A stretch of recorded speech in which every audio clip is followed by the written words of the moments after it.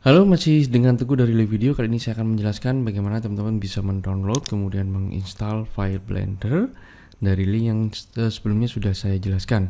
Nah, di sini teman-teman tinggal pilih aja ya, kemudian tinggal klik ya, nanti akan muncul pop-up untuk download. Kalau sudah di-download, tinggal klik 2 kali, kemudian next. Seperti ini ya, karena saya sudah menginstalnya. Kalau masih belum pernah menginstal, nanti di sini akan ada tombol aktif tombol nextnya ini akan aktif, tinggal next aja sampai selesai, kemudian teman-teman tinggal buka aja seperti itu ya, tidak ada yang sulit, tidak ada yang susah untuk menginstal file Blender ini. Oke, selanjutnya kita akan beralih ke Blender. Nah, ada beberapa hal yang teman-teman harus perhatikan di sini. Jadi ada beberapa menu yang sering kita gunakan ketika melakukan editing, baik itu animasi karakter ataupun 3D asset yang lainnya. Nah, di sini ya, yang pertama di sini ada 3 viewport ya. Satu viewport shading, kemudian di sini material preview, kemudian di sini ada viewport shading, dan ini wireframe ya. Jadi kalau diklik ini, jadi nanti akan terlihat seperti ini. Ya, ini perbedaannya. Kemudian ini solid color, ini material, kemudian ini render ya. Jadi semua lighting dan backgroundnya, kemudian pencahayaannya akan muncul. Nah, di sini menggunakan cycle ya, cycle engine. Jadi teman-teman misalkan ini nanti dirasa terlalu lemot, teman-teman pilih menu yang ini, render properties, kemudian ganti if di sini. Oke, jadinya akan seperti ini ya teman-teman. Nah, perbedaannya memang akan lebih halus jika kita menggunakan cycle, cuman seperti itu, lebih banyak memakan resource CPU, VGA, dan memori ya. Ketika teman-teman sudah memilih atau menggunakan cycle engine seperti ini, memang akan terasa agak lemot. Oke, itu dua hal yang saya sampaikan ya. Kemudian di sini juga ada output properties. Nah, di sini teman-teman bisa memainkan atau bisa mengatur resolusi yang ingin digunakan ya, baik untuk animasi, video, ataupun ketika teman-teman menggunakan render untuk gambar statis ya. Jadi di sini ada persentasenya. Kalau di full kan seperti ini, berarti dia akan render full ya, 100%. Resolusinya 1920 kali 1920 pixel. Oke, ke bawah di sini ada menu output ya. Jadi saya tidak jelaskan semua, jadi hanya menjelaskan beberapa menu yang biasanya nanti akan kita gunakan. Nah, di sini merupakan menu untuk menentukan di mana nanti hasil ekspornya akan disimpan ya. Kalau misalkan ini diklik, nanti akan dilempar ke folder di mana teman-teman ingin menyimpannya. Nah, di sini teman-teman bisa menggantikan ini. Misalkan ini diganti nama filenya di sini ya. Jangan sampai lupa ketika teman-teman melakukan ekspor berulang kali, tapi filenya tidak nama filenya tidak dirubah, maka nanti filenya akan tertindih ya. Oke, kemudian di sini ada file format. Nah, di sini teman-teman bisa lihat file format di sini FFmpeg video ya. Jadi nanti outputnya akan berupa MP4 ya, karena di sini encodingnya juga MPEG 4 ya. Ini harus dipastikan. Kalau yang ini sih biarkan default aja. Nah, jadi bisa dipilih PNG, kemudian di sini ada RGB biasa, kemudian RGB alpha. Di sini juga ada pilihan 8 color depth-nya dan 16. Oke. Kemudian selanjutnya di sini teman-teman juga bisa melakukan split screen ya. Misalkan di sini untuk preview ya, preview menggunakan kamera, kemudian di sini untuk viewport ketika teman-teman menggunakan layout untuk editing.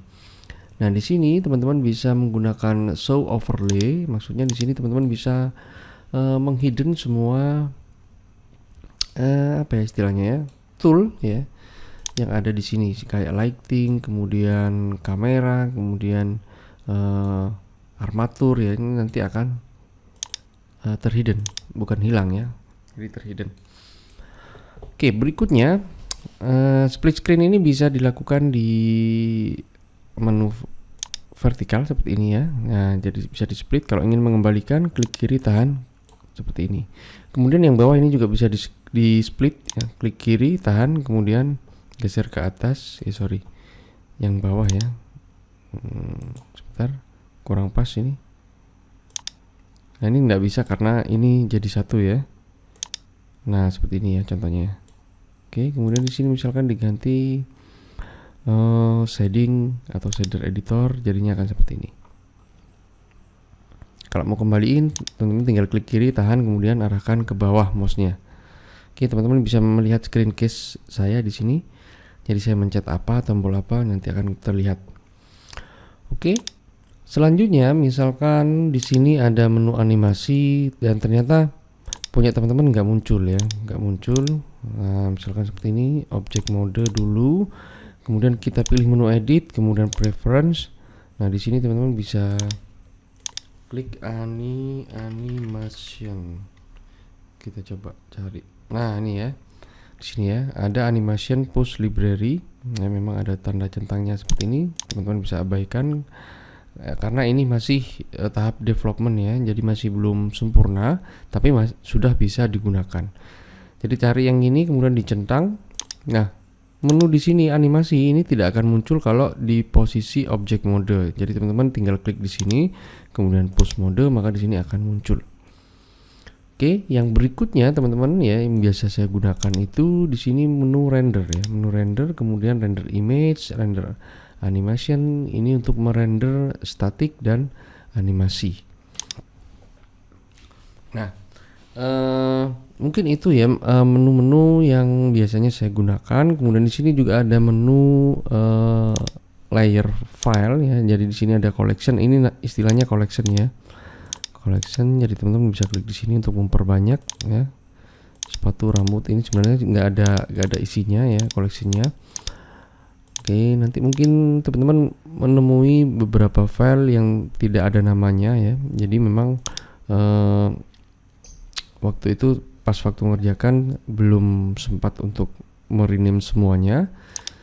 Kemudian di sini teman-teman bisa klik ada video ada layer option ya, ada view layer, kemudian ada Blender file. Jadi isinya seperti ini ya, Blender file itu action editor. Saya tidak akan menjelaskan terlalu detail karena nanti akan saya jelaskan di video berikutnya kalau memang ini butuh untuk dijelaskan ya.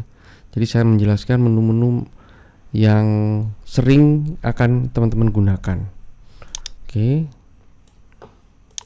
Nah, untuk shortcut ya, misalkan posisi seperti ini ya, teman-teman bisa tekan tombol di sebelahnya satu pada keyboard ya. Tombol apa ini ya namanya ya. Nah, seperti ini ya. Maka dia akan menunjukkan menu view dari depan, kemudian klik lagi dari belakang, dari samping kanan, dari samping kiri, ya, dari atas. Itu shortcutnya ada tombol, saya kurang tahu namanya, di nomor 1 ya, bukan di numlock ya, tapi di angka-angka yang ada di keyboard sebelah kiri ya. Di sebelah kirinya angka nomor 1. Oke, kita kembali ke object mode seperti ini. Itu yang pertama. Kemudian yang kedua, tekan tab untuk masuk ke edit mode ya. Jadi di sini ada edit mode, ini shortcutnya bisa tekan tab. Nah, seperti ini ya.